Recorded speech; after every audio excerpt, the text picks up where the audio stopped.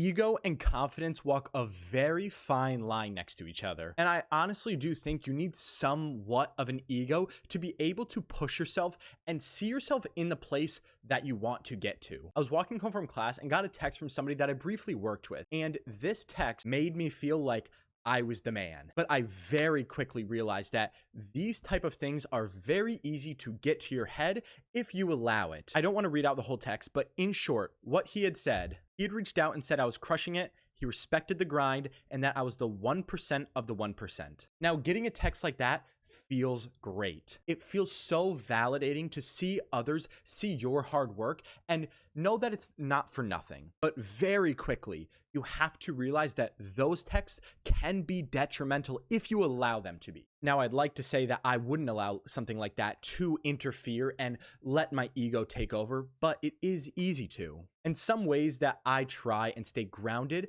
is having a learning mindset. I am never the one to walk into a room and feel as if I am the master. Maybe that's not great phrasing, but that I am the all-knowing one in that way. I would love nothing more than to come in if we're talking about a subject that I feel passionately and I know, and somebody just knows even more than me. Like, I'm not gonna let my ego get hurt because somebody corrects me or knows more than me. At least I would like to think that way. And of course, people say stuff like fake it till you make it. And to an extent, I think that is true. You do have to act like the person you want to be until you then become that person. But you can do that in a confident way and not an egotistical way. Not doing it like you're the man and you know best, but walking into a room like you're the man and you're willing to learn. This is at least my approach with it. I actually want to go in and look at my personal Instagram and have you guys let me know what you think. Do you feel like my posts and the way that I represent myself on social media comes from a place of ego or comes from a place of confidence? I would like to assume that what I post comes from a place of confidence and wanting to help those rather than me showing how much better I am than those around me, because I think that's what ego is. So if you go ahead and take a look at my Instagram, right off the rip, you see I post my body shirtless with tank tops quite a bit. And I think this could be taken one of two ways. I think if you are, as the viewer, feel confident within yourself enough, you would look at my page and probably think, you know what? He shows his life. Now, I can see an opinion where if you look at my Instagram and say, I have a big ego for posting my body, posting the way I look, but at the same time, I think I post myself with humility.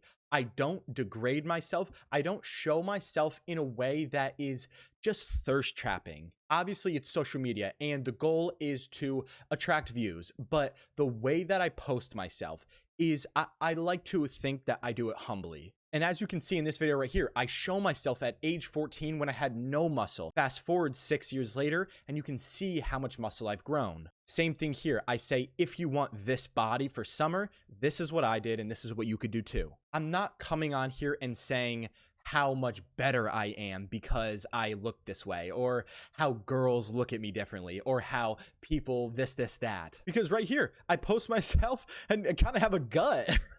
Like, you can see I kind of have a gut, not a big gut, but I have a gut. I think when it comes to ego, you're more likely to not want to look stupid and look like you don't know what you're talking about. Whereas confidence, I have the confidence in myself to say, you know, I don't know what the answer to that is. I don't know how to do this. Ego would just be me saying, no, I got it. Like, I can do it myself. Like, I know what I'm doing when I don't. I think a key part of not having ego is admitting you were wrong. Admitting you don't know what you're talking about. Admitting you can't do it. And you should try. You should attempt to learn. You should attempt to do the thing, but being okay with failing. Failing for me isn't necessary. I have to fail. I've failed a ton of times and I'm gonna fail more and more and more. And it takes confidence to step back and accept it and grow. As much as ego may be a negative, I think being too shy is as well. I don't mean shy in the sense of like not wanting to talk to people, but shy in the sense of fearing to share your opinion or your knowledge in the worry to be being perceived as egotistical. I think I went through a short period of my life where I almost shied away because I didn't want to be seen with an ego. And you just have to walk this fine line of confidence. At least for me, I'd rather walk closer to the ego side, and I bet that's my ego talking, rather than closer to the shy side. There is value in what you know. You shouldn't shy away from it. There is value in what you have to say, and you shouldn't shy away. I enjoy getting into situations where I'm not a pro, where I am struggling, because what does it do? If you're keen-eyed, you may realize that the background changed a little. I had a handyman come and fix my shades, so. But if I were to wrap this up, I think what I want to say is being too shy is thinking that what you have to say isn't worthy, where having an ego is thinking what you have to say is very valuable. And just like anything, you need to find a way to come to the middle and meet and find a way to realize when situations matter, where you should be more quiet versus when you should speak up.